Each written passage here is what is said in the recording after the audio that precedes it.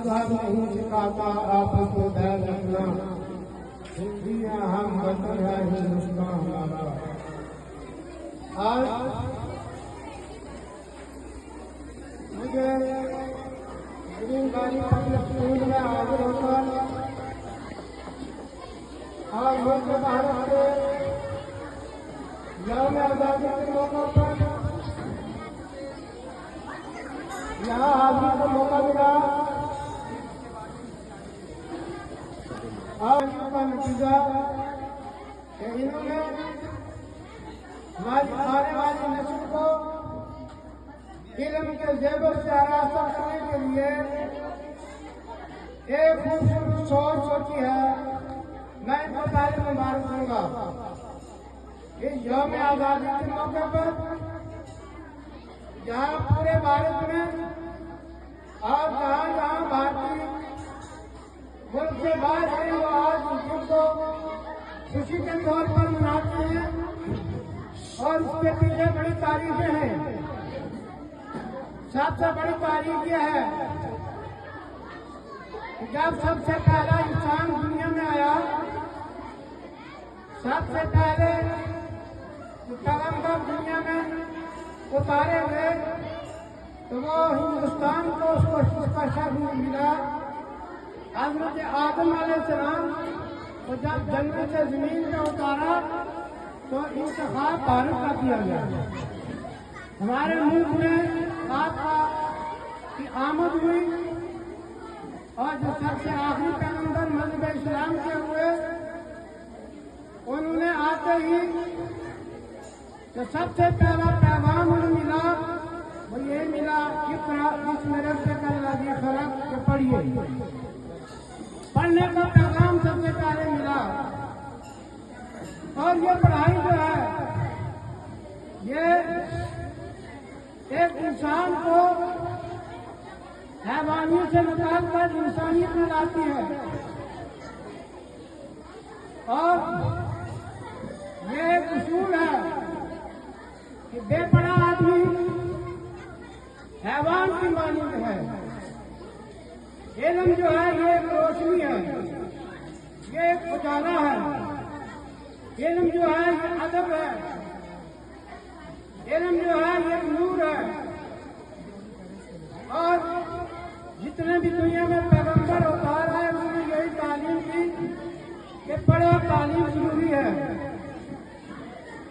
और सबसे पहले इंसान जो आदम अलैहिस्सलाम को फरिश्तों के साथ मुकाबला कराया गया, पहले उनको इल्म दिया गया और फिर मुकाबला कराया गया।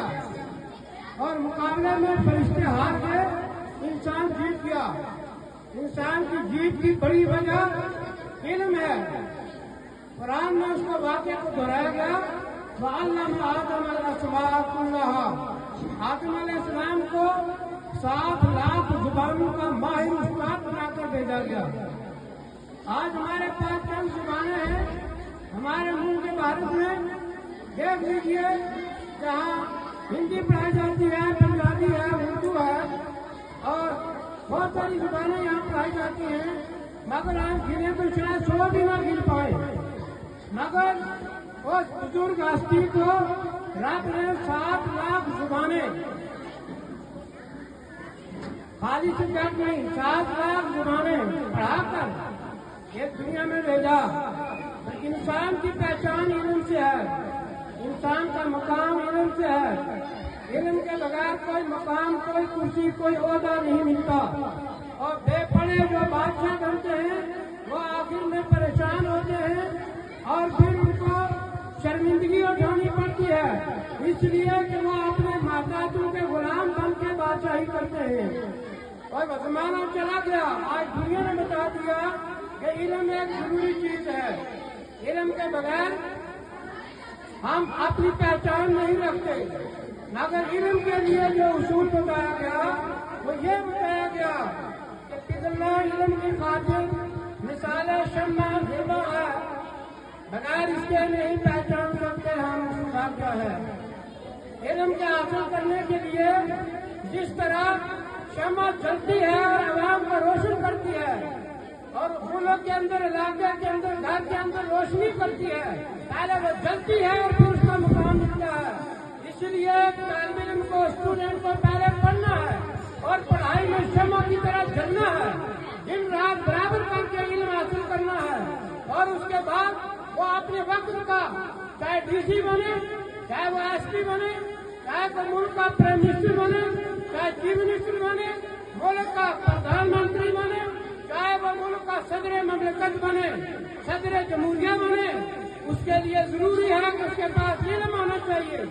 आज जब भी कोई किसी पोस्ट के लिए हम अप्लाई करते हैं, सबसे पहले हमारा इल्म का, हमारा सर्टिफिकेट देखा जाता है, इसने कितना पढ़ा है और क्या पढ़ा है।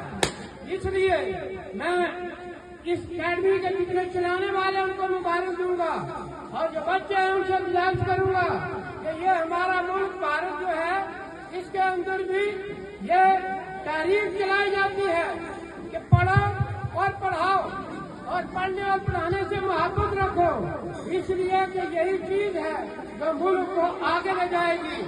ये हमारे बच्चे मुल्क की तारीख में देखा जाए, जिन्होंने हमारे मुल्क को एक एटॉमिक पावर तक पहुंचाया, वो भी किसी तालीमी इदारे से निकलकर आगे गए हैं। जो इस वक्त मुल्क के चलाने वाले सदर जमहूरिया हुए या इस मुल्क के जो हुक्मरान हुए, वो सारे ही स्कूल और अकेडमी के स्टूडेंट रहकर वो गए हैं और आज बड़ी बड़ी कुर्सियों पर बैठे हैं। मैं आज इस आजादी के दिन पर अपने सारे बच्चों को और इस स्टाफ को मुबारक देते हुए कि ये हमारा मुल्क जो एक गुलदस्ता है बहुत सारे मज़ाहिब का, यहाँ पर हिंदू, मुसलमान, सिख, ईसाई, हर मजहब का आदमी यहाँ रहता है। बहुत सारे ममालिक हैं जिनमें शख्सी राज है, फकत एक भारत है कि जिसमें आज तक कोई शख्सी राज चला नहीं, जिन्होंने चलाया चल नहीं पाया। लिहाजा ये आजाद जमहूरिया हिंदुस्तान है। अल्लाह करे ये आजाद रहे, हम लोग खुशहाल रहें। आजादी के दिन पर हम इस मुल्क के भारत के चलाने वालों को और इसमें बसने वालों को यौम आजादी पर मुबारक देते हैं। और आखिर में मैं अपने अजीज साथी एमसी साहब को बहुत बहुत मुबारक दूंगा कि इन्होंने बहुत अच्छा काम किया है और अपने स्कूल को चमकाया है और बच्चों के साथ उन्होंने प्यार किया है। अल्लाह करे ये इदारा चलता रहे, हद तक भूल करे।